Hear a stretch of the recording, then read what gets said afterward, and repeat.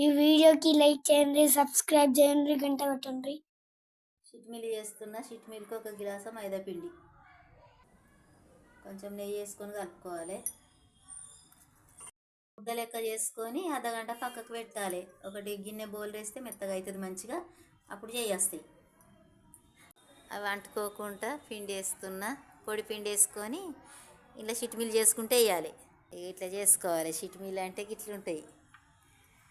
అర్ధగంట నానింది, ఇట్లా అర్ధగంట నానితే మంచిగా గిట్లా చేయాలి. సన్నగా మన బియ్యం లెక్క. ఇవి మంచిగా ఎండాలి. 2 రోజులు అయితే ఎండుతాయి. ఎండినాక బాంబిన స్వీట్ చేసినట్టు చేసుకోవచ్చు, లేకుంటే చేగలు వార్చుకున్నట్టు వార్చుకొని తినచ్చు. ఎట్లా చేసుకున్నా మంచిగా ఉంటాయి. ఇవి 2 రోజులు ఎండుతాయి. చిట్మిల్లు అయినాయి. చిట్మిల్లు అంటే గిట్లుంటాయి. ఇవి 2 రోజులు చేసిన. ఒక 2 గిలాసుల చిట్మిల్లు స్వీట్ చేస్తున్నా.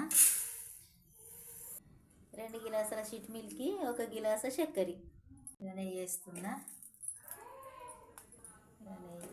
ఇది ఇంట్లోనే నేనే తయారు చేసినట్టు నెయ్యి. ఇవన్నీ నెయ్యిలో మంచిగా గొలిచుకోవాలి. ఇట్లా మంచిగా వేగినాక తీసుకోవాలి.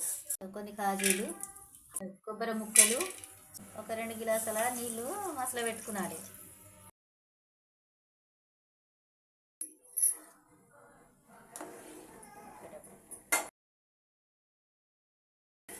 ఇట్లా ఉడకాలి. ఉడికినవి ఇవి ఇంకా చక్కెర పోయాలి. 1 గిలాసు చక్కెర పోస్తున్నా.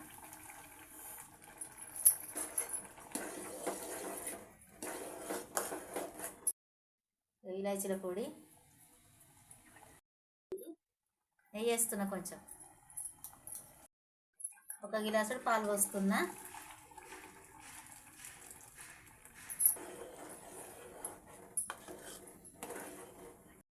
ఇగో అయింది, దించుతున్నా.